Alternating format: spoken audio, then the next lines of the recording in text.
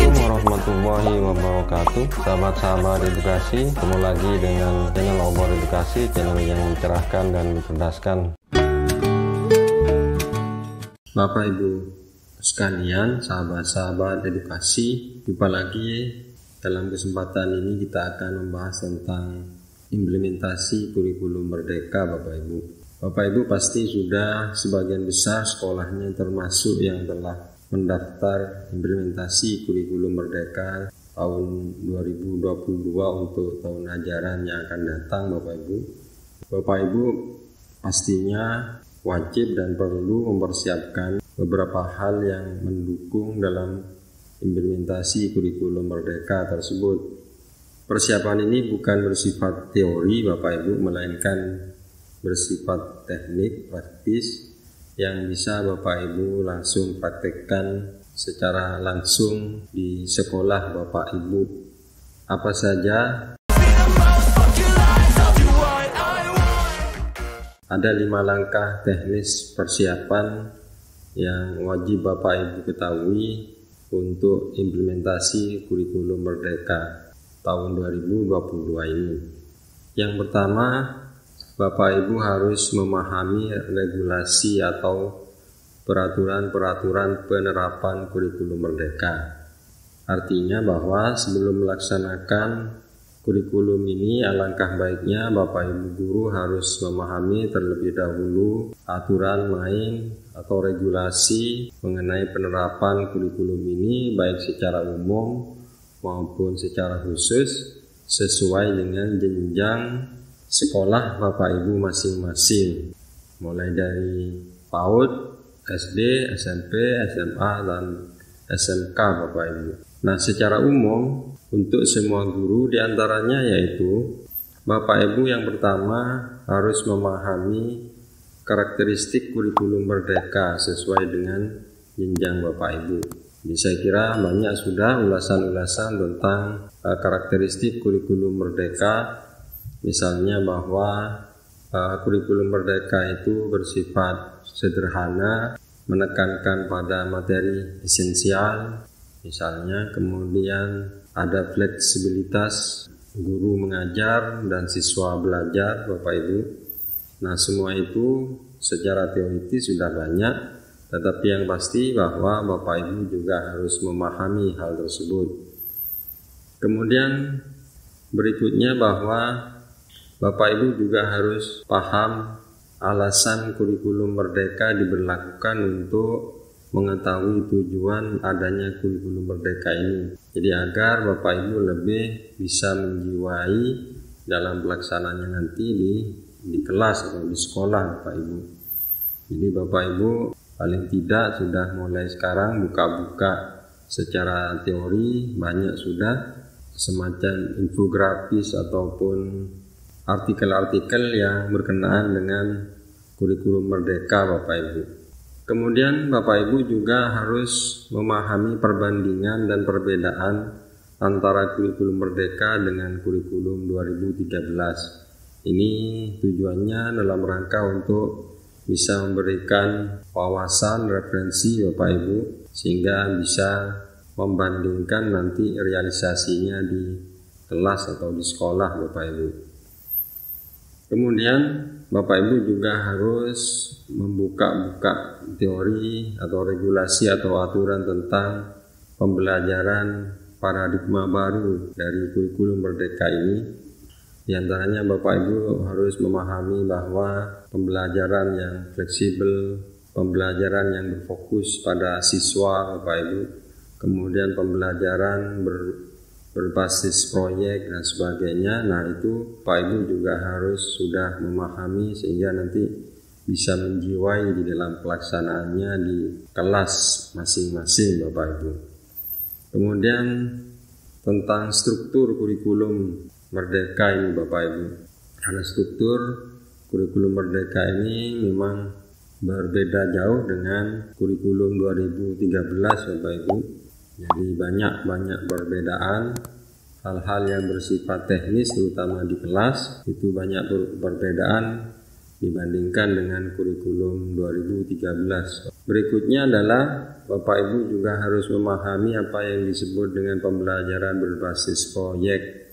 Karena inti dari pelaksanaan pembelajaran di kurikulum Merdeka ini ada dua, yaitu pembelajaran reguler di kelas, dan itu lebih mengutamakan yaitu pelaksanaan proyek dalam proses pembelajarannya Bapak Ibu.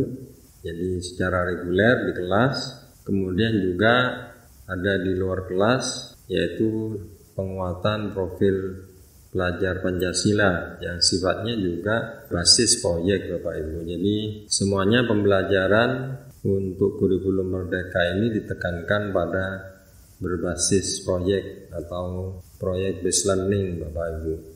Nah, ini semua regulasi-regulasi atau aturan-aturan yang harus Bapak Ibu pahami. Saya kira di internet sudah banyak, sehingga Bapak Ibu juga harus sudah mulai menengok-nengok, membaca sekilas. Nah, itu menyangkut nanti kualitas Bapak Ibu di kelas Bapak Ibu.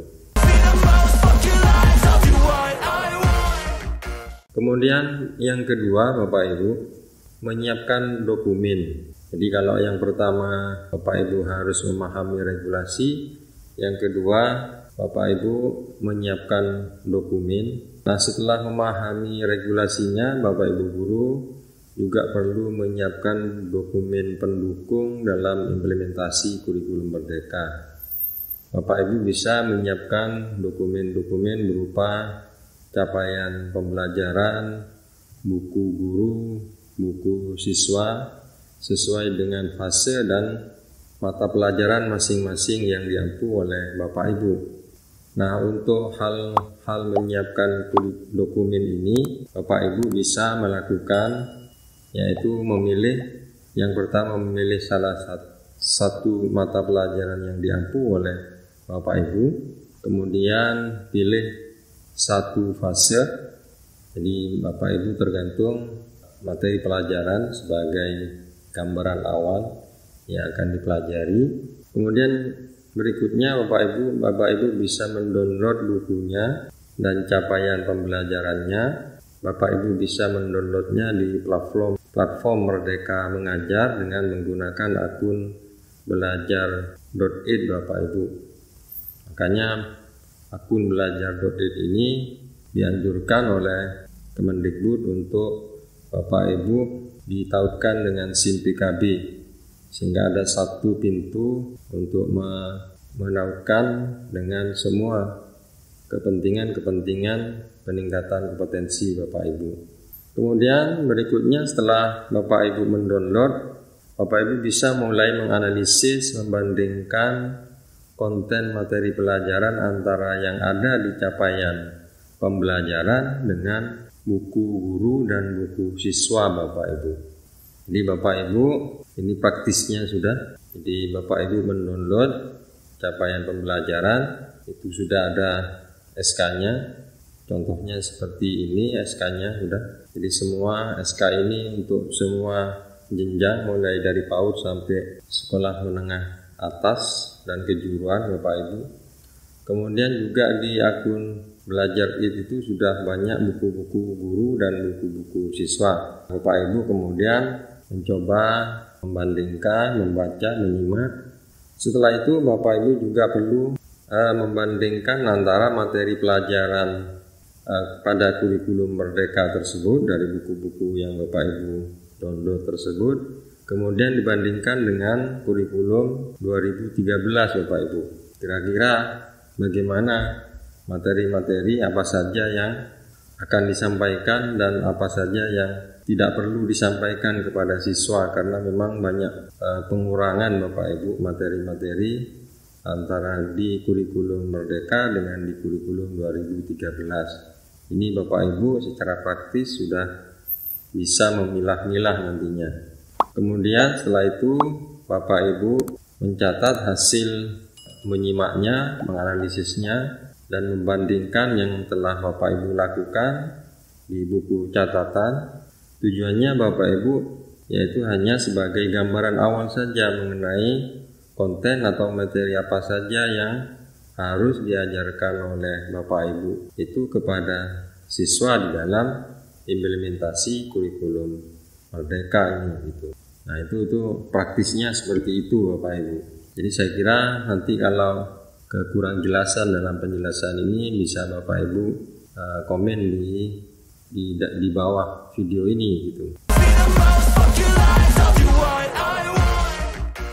Kemudian yang ketiga Bapak Ibu harus menganalisis capaian pembelajaran. Setelah Bapak Ibu guru mengunduh, mendokumen dan menganalisis hasil capaian pembelajaran tersebut, Bapak Ibu guru menyusun capaian pembelajaran ke dalam 3 hal, yaitu dari capaian pembelajaran itu harus diturunkan lagi menyusun tujuan pembelajaran Bapak Ibu.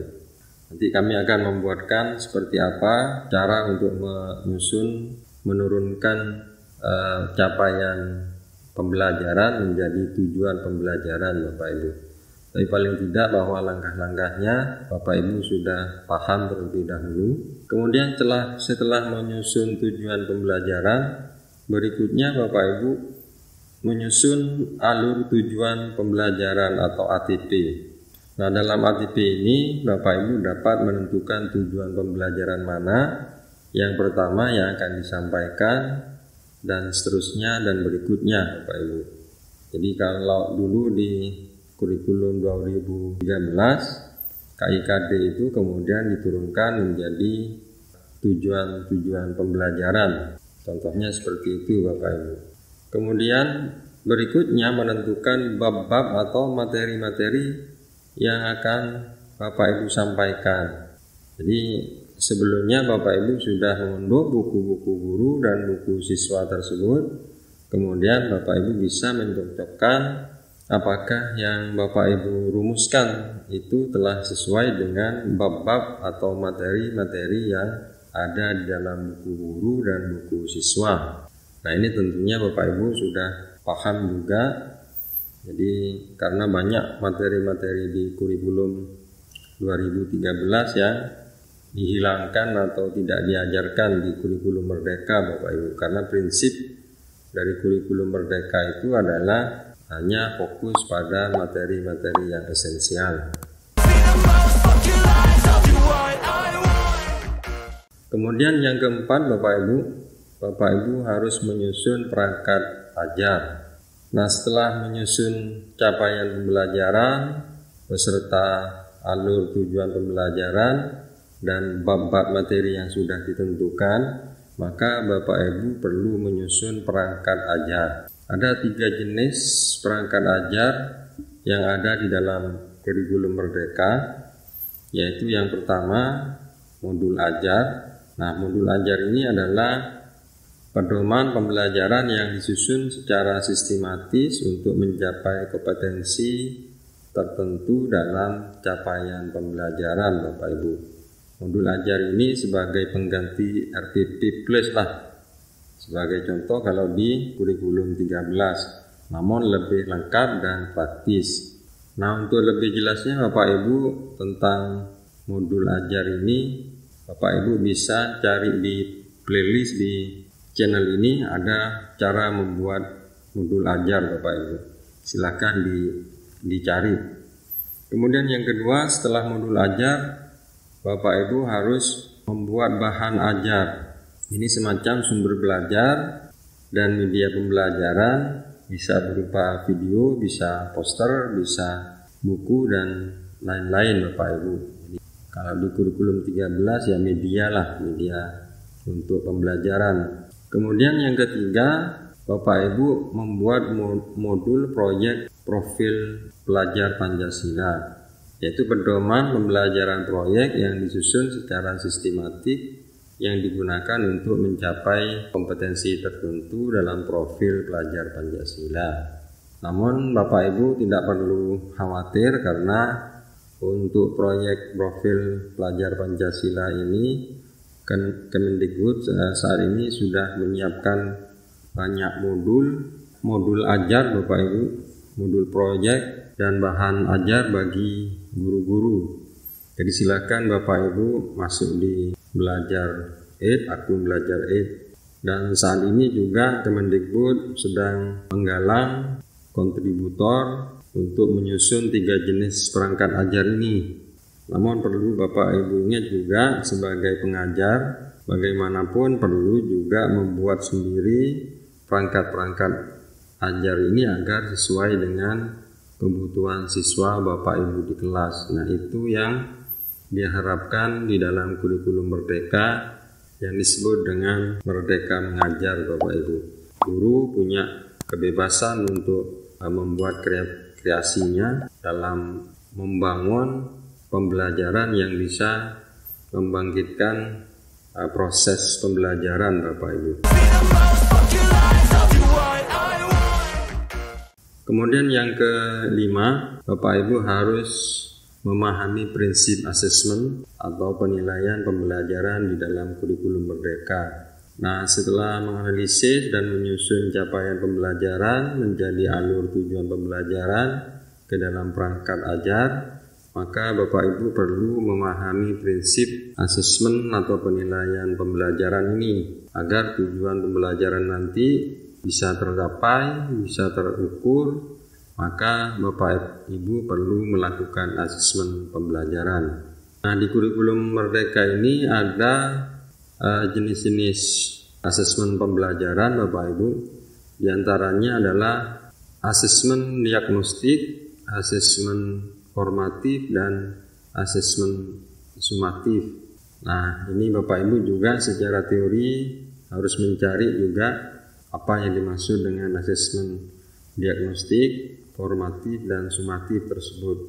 Di video yang lain sudah banyak, nanti kita akan membuatkan pengertian-pengertian dan contohnya, Bapak Ibu. Kemudian Bapak Ibu juga harus mengetahui prinsip asesmen pada pembelajaran kurikulum Merdeka ini dan prosedur-prosedur serta langkah-langkah yang harus dilakukan di dalam pelaksanaan asesmen ini, Bapak Ibu. Nah, itulah Bapak Ibu sekalian 5 langkah teknis atau praktis yang Bapak Ibu wajib harus lakukan dan persiapkan mulai saat ini dalam rangka untuk melakukan implementasi kurikulum Merdeka pada tahun ajaran 2022-2023. Mudah-mudahan gambaran informasi singkat ini bermanfaat, dan jika bermanfaat silahkan di-subscribe. Diucapkan terima kasih. Assalamualaikum warahmatullahi wabarakatuh.